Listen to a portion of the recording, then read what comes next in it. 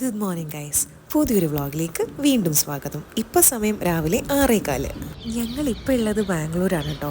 ഇവിടെ നോർമലി നവംബറിലും ഡിസംബറിലും നല്ല തണവാണ്. പക്ഷേ രാവിലെ ടെറസിലൊക്കെ പോയി നിൽക്കാൻ നല്ല രസമാണ്. അപ്പോൾ കുറച്ച് ദിവസമായി വിചാരിക്കണം വർക്കൗട്ടും കാര്യങ്ങളൊക്കെ സ്റ്റാർട്ട് ചെയ്യണം എന്നുള്ളത്. അപ്പോൾ ആദ്യത്തെ പടി വെള്ളം കുടിക്കുക എന്നുള്ളതാണ്. സോ ഒരു ബോട്ടിൽ വെള്ളം നിർബന്ധമായിട്ട് കുടിക്കാനാണ് എൻ്റെ ഹസ്ബൻഡിൻ്റെ ഓർഡർ. അങ്ങനെ അത് പ്രകാരം വെള്ളമൊക്കെ കുടിച്ച് വരുമ്പോഴത്തേനും മോൾ എഴുന്നേറ്റു.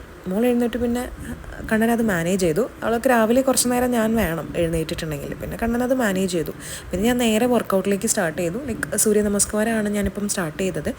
വാക്കിങ്ങിനൊന്നും പോകാനുള്ള സാഹചര്യം ഇപ്പോൾ ആയി വന്നിട്ടില്ല. അപ്പോൾ അത് കുറച്ച് കഴിഞ്ഞിട്ട് സ്റ്റാർട്ട് ചെയ്യണം. അപ്പോൾ ഇപ്പം സൂര്യ നമസ്കാരം കാര്യങ്ങളൊക്കെ വെച്ച് സ്റ്റാർട്ട് ചെയ്തു. പിന്നെ അവൾ വാശി പിടിക്കാൻ തുടങ്ങി. പിന്നെ ഞാൻ അവളെടുത്ത് ടെറസിലേക്ക് കൊണ്ടുപോയി കുറേ അധികം നടന്നും കാര്യങ്ങളൊക്കെ ചെയ്തപ്പോൾ അവൾ ഓക്കെയായി.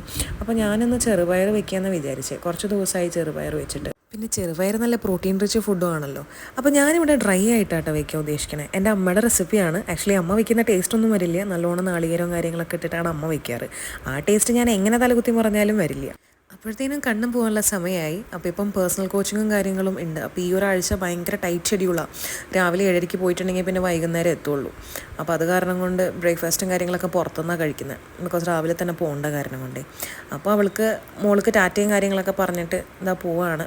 അവളിപ്പം കരച്ചിലൊന്നുമില്ല. മുമ്പ് ഭയങ്കര കരച്ചിലായിരുന്നു ടാറ്റ പറയുമ്പോൾ. പിന്നെ ഞാൻ നേരെ കുക്കിങ്ങിലോട്ട് കയറുന്നു. അവൾക്ക് കുറച്ച് ചെറുപയർ മാറ്റി വെച്ചിട്ടുണ്ടായിരുന്നു.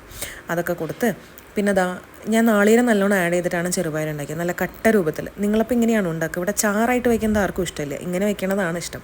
സോ ഇതാണ് എൻ്റെ ചെറിയ ഇന്നത്തെ വ്ളോഗ്. ഇഷ്ടപ്പെട്ടാൽ ലൈക്ക് ചെയ്യണം, കമൻറ്റ് ചെയ്യണം, സബ്സ്ക്രൈബ് ചെയ്യണം, ഷെയർ ചെയ്യണം. Thank you for watching. By.